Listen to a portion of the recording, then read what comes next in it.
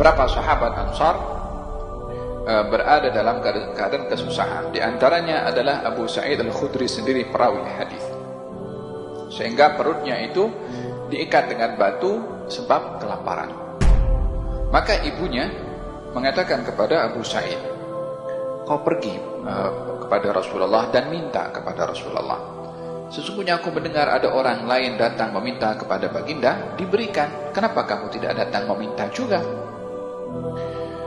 Maka datanglah Abu Sa'id Al-Khudri dan meminta kepada baginda Rasulullah, dan di situ ada orang lain daripada orang-orang Ansar yang juga meminta. Di sini kita mengambil satu pengajaran bahwasanya para sahabat ketika meminta kepada Nabi, memintanya itu dalam keadaan mereka terspit atau dalam keadaan susah, sampai kepada peringkat mengikat perut dengan batu karena lapar. Ketika diberi oleh Nabi, maka menginginkan yang lebih, maka diberi lagi, sampai 3 kali, sampai apa pemberian yang ada pada Nabi sampai habis. Lalu kata baginda Rasulullah, tidak ada apa yang ada padaku daripada kebaikan, harta, aku tidak akan simpan daripada kamu, yakni untuk aku beri kepada kamu. Sini menunjukkan sifat pemurahnya Nabi dan sifat tidak geram kepada orang yang banyak kali meminta, dan sifat tidak menolak kepada orang yang datang meminta kepada baginda Rasulullah. Ianya adalah menunjukkan pemurahnya Nabi dan sabarnya Nabi, dan sifat pemurah yang tidak mempunyai batas. Berbeza dengan kebiasaannya manusia. Kalau diminta sekali, diberi. Orang yang sama minta kali yang kedua, dia ingat pemberian yang pertama. Bila datang untuk kali yang ketiga, dah mula lagi, macam tak habis-habis dia datang meminta. Yang keempat, halas, emosi sudah memuncak.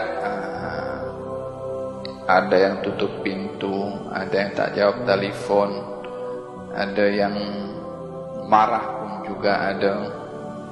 Ya, memang dari satu sisi tidak sepatutnya orang itu banyak meminta-minta. Dari sisi yang lain, kita sebagai yang diminta tidak berhak untuk menengking, memarahi kepada yang meminta, melainkan daripada untuk menasihati kepadanya untuk tidak terbiasa meminta-minta. Wa masaila fala tanhar. Adapun orang yang meminta-minta, jangan kamu hardik, jangan kamu tengking. Kalaupun ingin menegur, tegur dengan baik. Seperti baginda Rasulullah ketika didatangi oleh seorang anak muda meminta-minta, ditegur oleh Nabi. Katanya, kamu pergi potong kayu dan kamu pikul, kamu ikat, kamu pikul dan kamu jual. Lebih baik daripada kamu minta-minta kepada orang, terkadang diberi, terkadang tidak. Ini teguran supaya dia tidak terbiasa meminta-minta.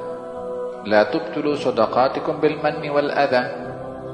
Jangan kamu batalkan pahala pemberian kamu kepada orang dengan mengungkit-ungkit pemberian kamu dan menyakiti kepada orang yang meminta dengan kata-kata, maksudnya.